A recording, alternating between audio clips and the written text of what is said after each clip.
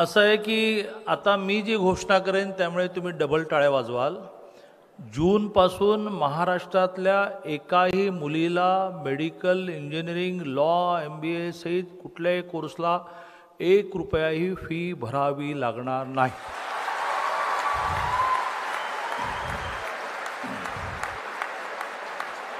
महाराष्ट्राचे मुख्यमंत्री एकनाथजी शिंदे यांचा आज वाढदिवस आहे।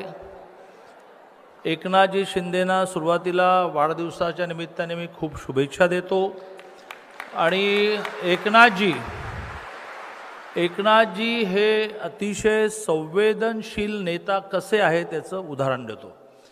एके दिवशी रात्री 2ला अर्थात ते पहाटे 4लाच झोपतात, त्यामुळे 2ला त्यांनी मला फोन करणं हे काही विशेष नाही। 4ला ते रिसेप्शनला वगैरे जातात आणि ते बिचारं नवरा बायको पेंगा काढत एकनाथजी येणार म्हणून वाट बघत असतात। तर हा त्यांच्या गुरुपासूनचा तो दिनक्रम आहे। तुम्ही त्यांचा गुरूंवरचा सिनेमा पाहिला असेल आनंद दिघेंवरचा, तर आनंद दिघे असेच होते, ते पहाटे 4ला जायचे, 5ला जायचे। तर असे माझे एकनाथजी त्यांनी मला रात्री 2ला फोन केला। तर मी मुळात घाबरलो की रात्री 2ला CM फोन करतात म्हणजे काहीतरी महत्त्वाचं असेल। फोन वाजत होता CM, म्हटलं हां सर।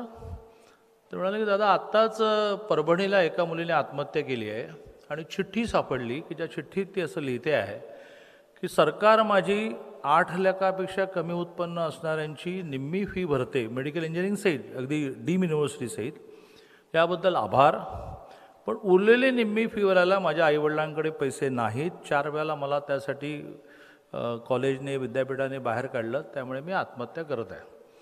ते रात्री 2 वाजता मला हे सांगतात।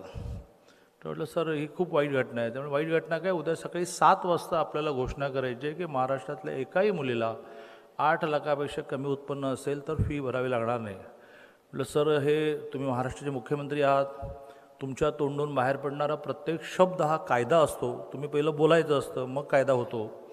तरी माझं असं मत आहे की थोडं मला वेळ द्या कॅल्क्युलेशन करायला की आपण निम्मी फी भरतो तर किती भरतो, पूर्ण फी भरली तर किती लागतील।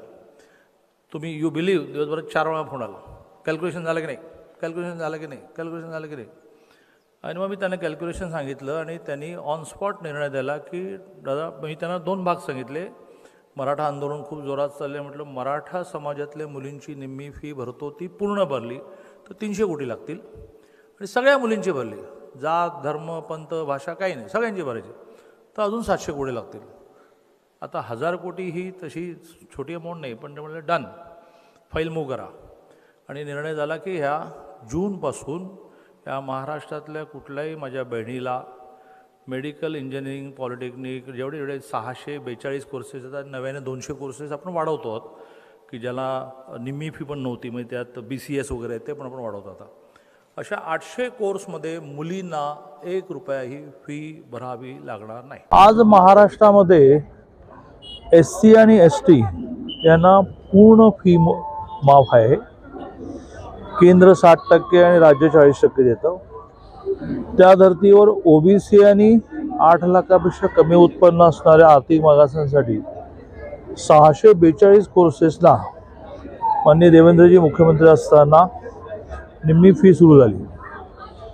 मध्यंतरी परभणीला एका मुलीने आत्महत्या केली, त्या चिठ्ठीमध्ये तिने असं लिहिलं की माझी निम्मी फी सरकार भरते त्याबद्दल धन्यवाद, पण उरलेली निम्मी फी भरायला माझ्या आईवडिलांकडे पैसे नसल्यामुळे मी आत्महत्या करतो।